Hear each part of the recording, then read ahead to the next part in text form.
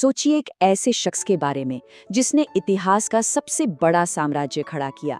एक ऐसा साम्राज्य जो चीन से लेकर यूरोप तक फैला था, जिसने दुनिया की 17% जमीन को अपने कब्जे में कर लिया था। लेकिन आज उसी महान साम्राज्य की जन्मभूमि मंगोलिया का 99.7% हिस्सा वीरान पड़ा है।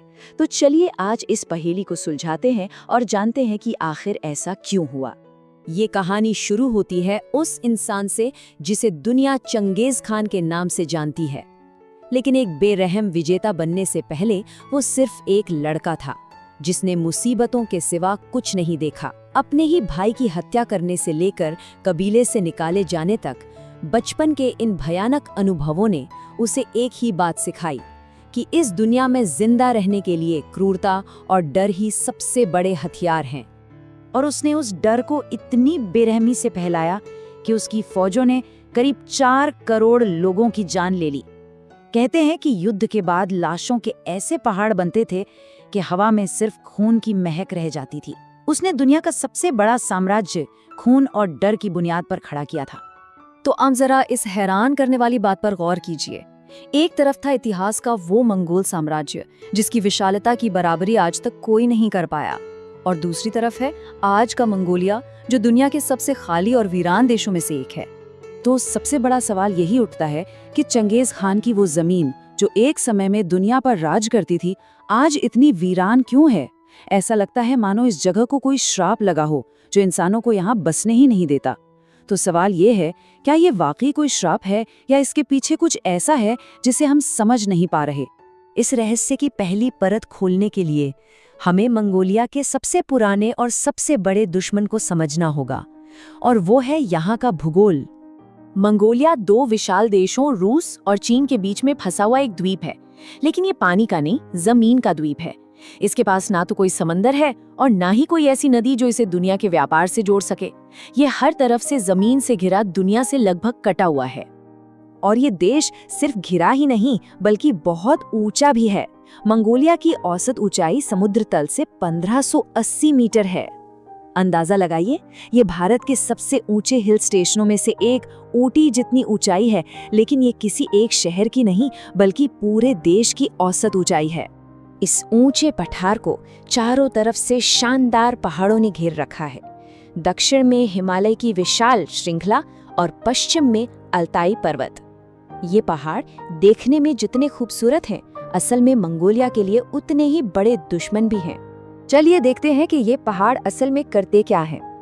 जब समंदर से उठी नमी वाली हवाएं बारिश के बादल लेकर मंगोलिया की तरफ बढ़ती हैं, तो ये ऊंचे पहाड़ एक दीवार की तरह उन्हें रोक लेते हैं।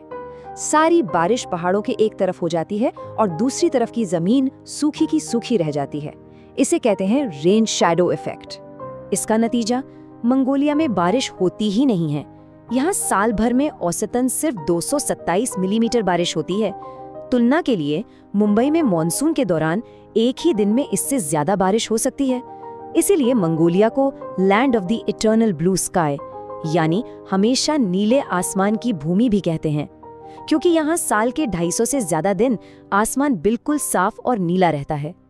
अगर सूखापन एक चुनौती है, तो मंगोलिया की सर्दियां एक जानलेवा आपदा हैं, और ये इस देश के खालीपन का दूसरा बड़ा कारण है। मंगोलिया के ठीक उत्तर में है साइबेरिया, धरती की सबसे ठंडी जगहों में से एक, और उसकी बर्फीली हवाओं का सीधा असर मंगोलिया पर पड़ता है। नतीजा ये है कि यहाँ की राजधानी उलान बटोर दुनिया की सबसे ठंडी राजधानी है, जहाँ सर्दियों में औसत तापमान -30 डिग्री सेल्सियस तक पहुँच जाता है। लेकिन ये सिर्फ जमा देने वाली ठंड नहीं है। मंगोलिया में सर्दियों में एक ऐसी घटना होती है जिसने यहाँ के लोगों के जीवन को सदियों से तबाह किया हुआ है। इसे कहते हैं जुद। जुद का मतलब है एक ऐसी भयानक सर्दी जब सब कुछ बर्फ की मोटी चादर के नीचे दब जाता है।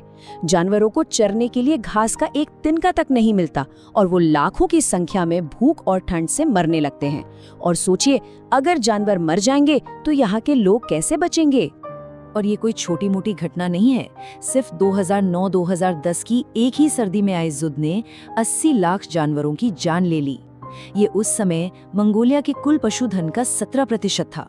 हजारों परिवार जब एक सुबह सोकर उठे तो उनकी पूरी दुनिया उजड़ चुकी थी। भूगोल और जलवायु तो थे ही, पर मंगोलिया के खालीपन के पीछे उसके इतिहास के गहरे घाव भी हैं। कुछ ऐसी ऐतिहासिक घटनाएं हुई जिन्होंने इस देश की आबादी को कभी पनपने ही नहीं दिया। 1750 के दशक में चीन के किंग राजवंश ने मंगोलों पर हमला किया। वो अपने साथ सिर्फ हथियार नहीं बल्कि चेचक जैसी जानलेवा बीमारी भी लाई, जिसने जुंगर मंगोलों की 50 से 80% आबादी को खत्म कर दिया। इसके बाद 20वीं सदी में एक और बड़ा बदलाव आया, जब तिब्बती बौद्ध धर्म देश का प्रमुख धर्म बन गया। और ये आंकड़ा अपने आप में एक पूरी कहानी कहता है। 20वीं सदी की शुरुआत में मंगोलिया का हर 3 में से 1 पुरुष बौद्ध भिक्षु बन गया था। भिक्षु बनने का मतलब था ब्रह्मचर्य का पालन करना, यानी न शादी न बच्चे। इस एक सामाजिक बदलाव ने मंगोलिया की जनसंख्या वृद्धि पर पीढ़ियों के लिए जैसे ब्रेक ही लगा दिया। तो हमने देखा कि कैसे भूगोल, जलवायु और इतिहास, इन तीनों ने मिलकर मंगोलिया को खाली रखने की साजिश की। लेकिन कहानी यहीं खत्म नहीं होती।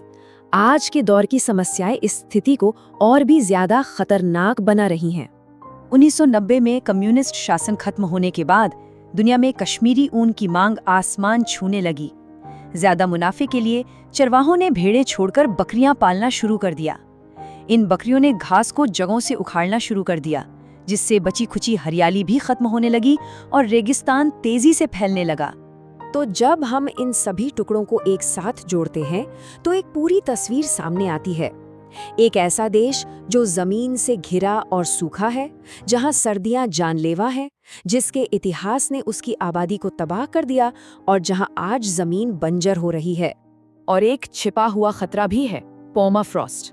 मंगोलिया की 1/3 जमीन के नीचे की मिट्टी सदियों से बर्फ की तरह जमी हुई है, लेकिन ग्लोबल वार्मिंग की वजह से अब ये पिघल रही है।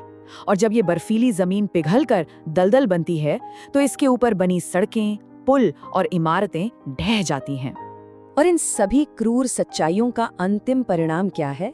ये मंगोलिया की आधी से ज्यादा आबादी देश के सिर्फ 0.3% हिस्से में, यानी एक ही शहर उलान बटोर में रहने के लिए मजबूर है। बाकी का पूरा देश लगभग खाली है, क्योंकि वहां गुजारा करना नामुमकिन सा है। तो क्या मंगोलिया का ये खालीपन सिर्फ एक भौगोलिक अभिशाप है, या फिर ये चंगेज खान के कर्मों का नतीजा है, जैसा कि कुछ लोग मानते हैं? शायद इसका जवाब इन दोनों के बीच कहीं है।